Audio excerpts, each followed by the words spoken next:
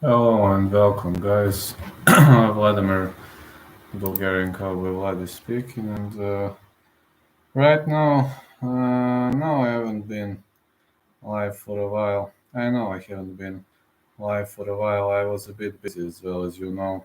I'm training now MMA, learning to fight and showcase my skills, and I know that I will be.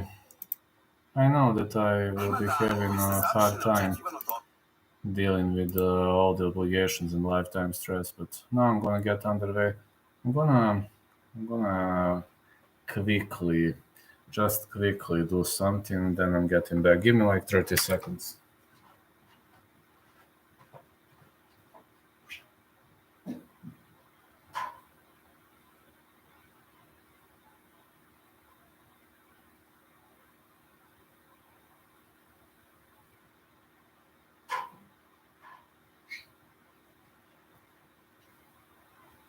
All right, guys, here I am.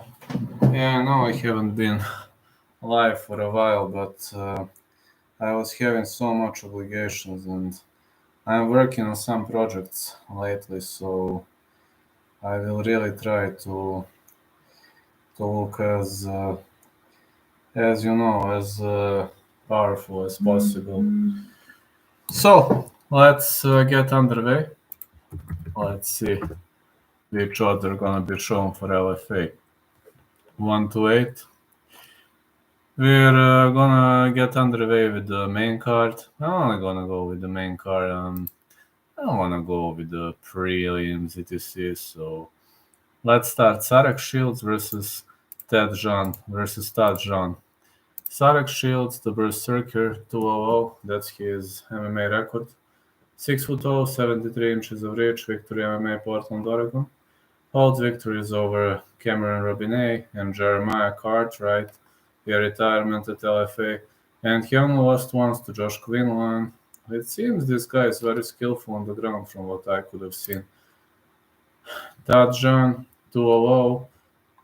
Fort Lauderdale, Florida. I see he has victories over Sage Philip and Tomas Majeski. Also, pretty much a good all-rounder. Let me check the odds. But from what I've seen, I think Sarek should. No, Sarek is the underdog. Syria is a 50-50 fight. I'm gonna say Sarek Shields to win. Plus 130. That's actually my pick for this upcoming card. So the next pick here is going to be for the battle between McKee and Jalen Jackson. McKee is riding score 100, 5'7", wrestler out of Sanford MMA. Victory over Frank Bosco via KO TKO at LFA. It was a very much brutal dominant performance. Jalen Jackson, 5'9", fighting out of Indiana. Guy lost to Justin Med via armbar, and it was a quick victory. According to bookies, yeah, McKee should be a heavy favorite as expected. I think I'm gonna go with McKee to win for -355. Hey, for UFC, Ian Gary to win and Volkanovski to win. That's parlay number 1, $5. Parlay number 2, $2. Tibura to win straight. These are my parlays for this upcoming event. Now let's transition to the next battle. Devon Dixon is fighting Richie Miranda, and odds are going actually heavily in the favor of Richie Miranda, but I think this fight could be very, very close. 401 Devon Dixon, 5'10", fighting out of Coral Springs, Florida. Guy was able to dominate the Titan FC with back-to-back victories over Jose Vasquez, Michael Aya, Mauricio Diaz, Brandon Lopez, and also fought a draw against Charlie Deca. I think Titan FC is a very, very nice place to showcase your skills. Richie Almachet Miranda, 300, 5'9", fighting out of CSW Training Center, Santa Ana, California. At Cage Warriors, the guy choked out James Lynch. which he was also better than some low-level guys. But that victory over James Lynch gives me a lot of hope. I think it gave him wings, but I think this is going to be a closer fight than many people expecting. Like, many people believe that Richie Miranda is way better on the ground, and they give him cardio advantage. But looking how Devon Dixon fought against Brandon Lopez, I kind of don't share their grade. I really think this is a close matchup. So Devon Dixon plus 150, too hard not to miss. Plus 150. Devon Dixon to win. Lock, huh? Yeah. That is my parlay. Also, I put only $2 on Tibura to win, and the odd is like, how much is the odd? But it's something like 230, 240, something like that. Very huge odd on Tibura to win. But I'm gonna need a bit of luck, of course. If I want Tibura to win, I'll definitely need a bit of luck. So the next fight is going to be between Bryce Meredith and Jay Viola. Bryce Meredith, 100, excellent wrestler, Cheyenne, Wyoming, 5'9", bantamweight fighter. Grounded and pounding Steven Merrill in his professional debut. Jay, bad motherfucker.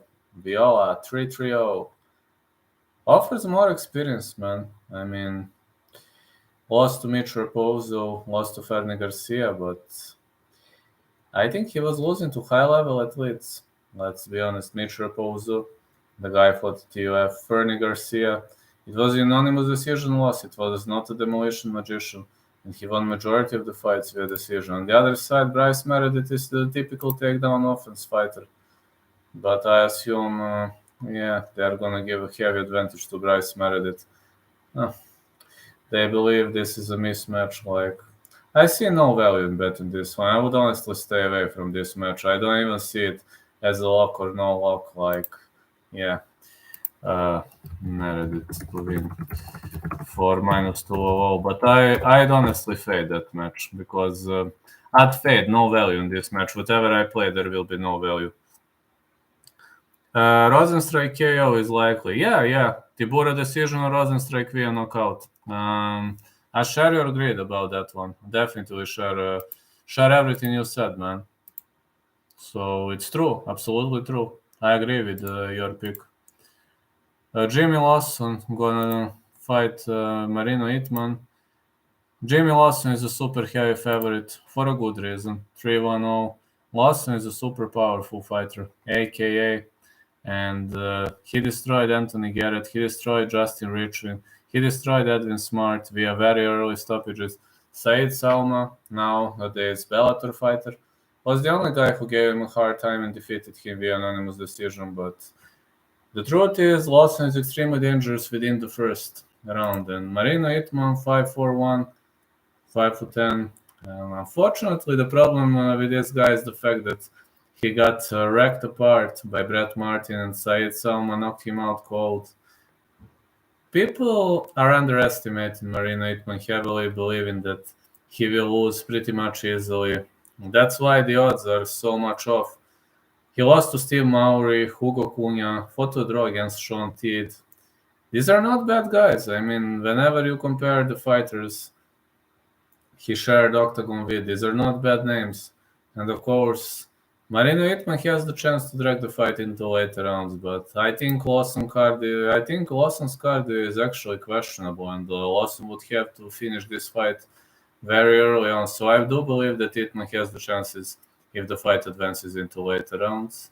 But I'd pick Lawson to win, but I'd also fade that fight because there is no value. Like, Lawson to win for a minus 700. That's also another. But no value in these fights, honestly. I don't see much of a value in these fights. It's like one side is heavily favored, so I don't like the matches where one person is heavily favored. That's not something I enjoy watching. But that's like in betting, you have to be cautious because sometimes odds are pretty much off point. Odds can be very, very tricky, and sometimes you have to think up with your brain. And Aaron McKenzie versus Lucas Clay. I know a lot about these two guys. Aaron McKenzie used to be a guest of mine, a huge dog lover, 10-1, 5'11", 73.5 inches, fighting out of Lovato's Brazilian Jiu-Jitsu and MMA. But he learned to strike, improved his striking significantly. The guy outworked Joe Giannetti, Brandon Phillips, and he was better than Glossy Lizario. Prior to that, he suffered a split decision and hit Bellator circuit. Chris Gonzalez and choke out Sean Clements, destroyed Ago Huskic. I'm gonna tell you, if the fight gets dragged to the ground, Aaron McKenzie is gonna dominate. But Lucas Cassius Clay, with a score of 8-1-0, knows to fight in the stand-up. He is a St. Charles MMA fighter. His stand-up skills are excellent, really excellent. Of course, he outworked JJ Okanovich. When many people were saying, like, Vlad, you're insane, you're picking against JJ Okanovich, well, I only showed them a nice middle finger because, you know, Balkan fans are very much high on people who don't deserve a chance. And I really thought that Lucas Clay was way better than JJ Okanovich in that fight, and also John Ramirez. That was way closer fight than the fight with JJ Okanovich. Also, we've seen great Bravo choke against Jake Kozorski, great triangle choke win against Craig Ford. Lyon O'Donnell lost to Trey Ogden, but Mike Breeden, Brent Moore, Aaron Mitchell, these are not bad names. And I assume Aaron McKenzie going to be a slight favorite in this one, -125. As expected, they predict this is going to be a very, very close matchup. I've seen very great cardio improvement in the last two matches of Aaron McKenzie.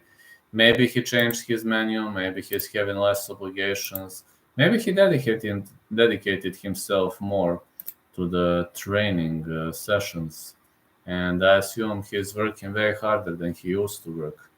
But for me, Aaron McKenzie is a UFC potential. I do see this guy fighting in the UFC with slight style improvements. I do think he needs to change something in his fighting style. I do think that he should improve some specific areas of his game, but with significant improvements and with a great striking coach, I believe this guy is going to reach the UFC. So I'm picking Aaron McKenzie to win for a -125. I'm actually the most confident in Aaron McKenzie to win because I really believe he prepared himself well for this matchup. And even if it goes to judges' scorecards or decision, I do have a feeling that he is going to pull this out. So if you ask me, yes, Aaron McKenzie has very, very good chances to win this fight. Also, next weekend, we got Bellator coming up. We got UFC Fight Night coming up. And also later, we're going to have a PFL card, which is kind of awesome, you know. PFL card, that's one of the most awesome things one can see, as PFL card can lead to an additional level of inspiration for people like me, you know, as I really like to follow this like PFL. It is gathering the best of the best, if you know what I mean. It's really, really gathering the best of the best. And I do believe some of the guys here are going to showcase their skills in a great style. Just to announce Clay Kohler, Jeremy Stevens, Nathan Schulte, Olivier Bin Monsieur, Omar Medov, Victor Pešta, Don Match, Hauš Manfio, Alex Martinez, Stevie Ray, Antonio Carlos Jr., Dylan Monte, Emiliano Sordi, Josh Silveira, Martin Hamlet, Teodora Saux, Tulis, Bruce Soto, Rob Wilkinson, Anthony Showtime, Pettis, Miles Price. Well, there are a lot of great opportunities for the underdogs. So if you're a degenerate gambler, I don't recommend you to miss that one. Now I will have to go as I'm very tired, and tomorrow I have to work. I really have a lot of obligations, and I really need to work on some article tomorrow. We'll see how everything gonna play out. And yeah, that's gonna be it from the Bulgarian Cowboy for tonight. I would say a bit more, if I had time, but unfortunately, there are some things I must do right now, and tomorrow gonna be a big day as I'm writing an article about Forrest Griffin, one of my most well-known legends and fighters. So let's hope something is gonna change. I'm really trying as hard as I can. So any kind of support means a lot to me. So thank you guys. Have a great day and catch you later, alligators. Let's rock and roll.